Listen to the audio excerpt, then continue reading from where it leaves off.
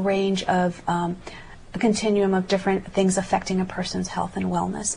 And when you're coming across different stressful situations, people may see it as a flaw in character that they can't handle it themselves.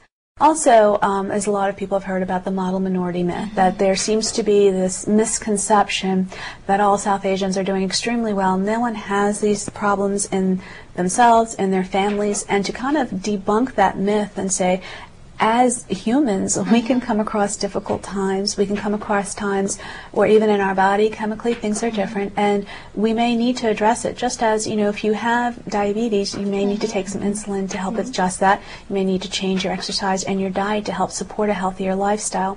And if you look at it holistically as a mind, body, and spiritual connection with yourself, I mean, one of the biggest things, the Indian American Psychiatric Association did a study, attitudes about mental health, and we found that, you know, they largely go to their friends and family in terms of seeking who to go to for support. So part of when we go out and talk with community groups and organizations is just helping identify when some mental health issues might be a concern, so that the family member, the friend, can trust and give information when things go beyond. And people recognize pretty quickly that if a person stops acting like themselves, stops interacting with other people, talks about wanting to hurt themselves, is exhibiting behavior that is outside what they usually do, perhaps drinking more than usual, perhaps isolating themselves from other people, perhaps visibly looking tired, like they're crying, these other kinds of things. And these are some ways that you can help identify and talk with them in a caring manner, because they're going to trust their friend and family more in order to take that next step of perhaps getting some help. So you talked about a couple of those barriers, feeling that there's something wrong with me if I try to seek mental health care, feeling that, you know, something that I have to be shameful about.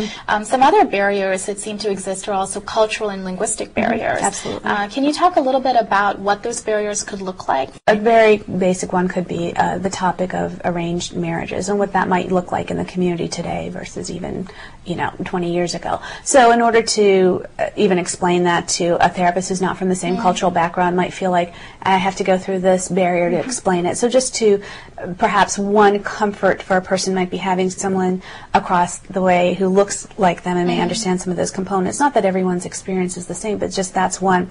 Linguistically, language can be a big barrier because when it comes to emotional issues, we often want to speak in what we may call the language of the heart.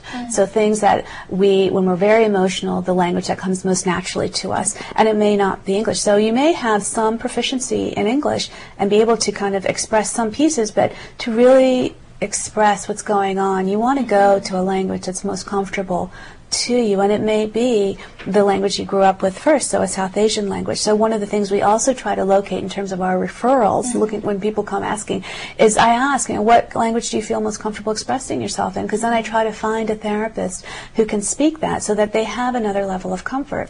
And interestingly, this is also something that may cause conflict between some family situations in terms of first generation to second generation, because often the second generation, their language of the heart may be English, and the first one may be whether it's Hindi or Tamil or Bengali. And so already there's starting to be a little bit of a disconnect within the family, and that may cause some of the language. Not that they can't work through it, but that already puts up a little bit of barrier within that communication style. So to help address someone who could be bilingual and help really relate that both culturally and linguistically can help soothe some of those barriers in terms of feeling like they have to feel the support.